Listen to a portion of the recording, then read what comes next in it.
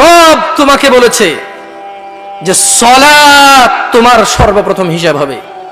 রব বলেছে ওয়াসজুদ ওয়াকতারিব, মানুষ তুমি সিজদায় আসো, আমার নিকটে হয়ে যাও। তুমি রবের কথা শোনো না। ইত্তাকিল্লাহ হাক্কা তুকাতি ইয়া নাস, বেতুয়ার পুরুষ এবং মহিলা, ধনী এবং গরিব, সুস্থ এবং অসুস্থ, আল্লাহকে ভয় করো যেভাবে ভয় করা উচিত। ওয়ালা তামুতুন্না ইল্লা ওয়া আনতুম মুসলিমুন, আর তোমরা মৃত্যুবরণ করো না মুসলিম হওয়া ছাড়া। বেতুয়ার মানুষ, তোমার রব তোমাকে সতর্ক করছে।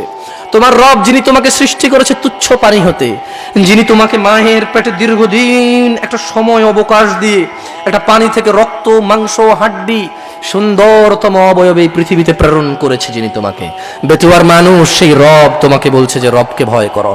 বলো, এই পৃথিবীতে কি এমন কেউ আছে যে রবের বিরুদ্ধে আশ্রয় দিতে পারবে? আছে কেউ?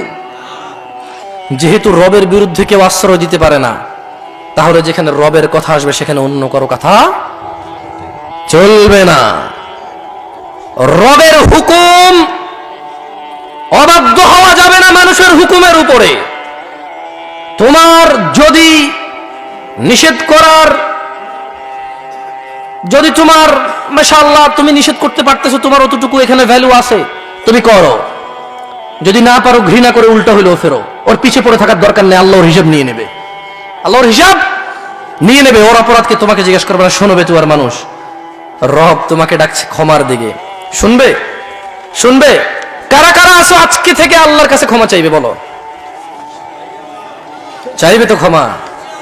বলো, কেউ আছে রব ছাড়া ক্ষমা করার মতো? কেউ আছে রব ছাড়া ক্ষমা করার মতো? বলো, রবের সাথে কথা বলতে কি কোনো মাধ্যম লাগে?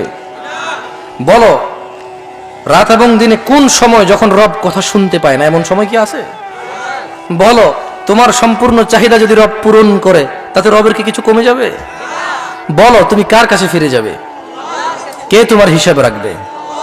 রব যদি চায় তোমাকে ক্ষমা করতে পারে কিনা? কাকে ভালোবাসবে? কার কথা মানবে? ফাত্তাকুল্লাহ মাস্তাতা'তুম ইয়া নাস, মানুষ আল্লাহকে ভয় করো যতটুকু তোমাকে আল্লাহ সাধ্য দিয়েছে, সাধ্যর ভিতরে থেকে। আমি তো এটাই বলি, তোমরা ভুল বুঝো। তোমরা মনে করো আমি সরকারের দালাল, তোমরা এরকম মনে করো যে আমি ওয়াহাবি লামাজ, কি কি তোমরা বলো। সত্যি বলতে আমি সৌদি আরবে বড় হয়েছি, এদেশে আসার আগে নামও শুনিনি এগুলোর। আল্লাহ সাক্ষী, আমি নামও শুনিনি। ও আল্লাহ, আমি নামই শুনি। আমি মুয়াজ্জিন ছিলাম ছোটবেলা থেকে ওই দেশে, কাউকে বলা হয়নি এই কথা আমার। আমি এখানে এসে শুনেছি। তো বলো, আমি যেটা জানি না ওটা করবো কিভাবে? বলো, তুমি মনে করতে পারো আমার কথা এমনটা মনে হয় না? আর এখানে মদ হালাল করে দিয়েছে কেউ, তুমি বলো আমি কি করতে পারি? জায়গায় আমি কি করতে পারি? আমি আল্লাহর কাছে ইস্তেগফার করতে পারি এবং নিজেকে আল্লাহ হারাম করেছে আমি তো যাবো না, আমার ছেলে সন্তান যাবে না, দাওয়াত দেবো। আর আমি আল্লাহর কাছে দোয়া করবো, ইয়া আল্লাহ আমাদের জন্য ভালো কাউকে পাঠান যে আমাদের উপরে, আমাদের জন্য অ্যাটলিস্ট গুনাহটাকে কঠিন করবে। আমি তো পারবো না কিছু করতে। তোমাকে নিয়ে আমি রাস্তায় নামতে পারবো, 10টা গাড়ি ভাঙতে পারবো, কিন্তু ওই গাড়িগুলো কার?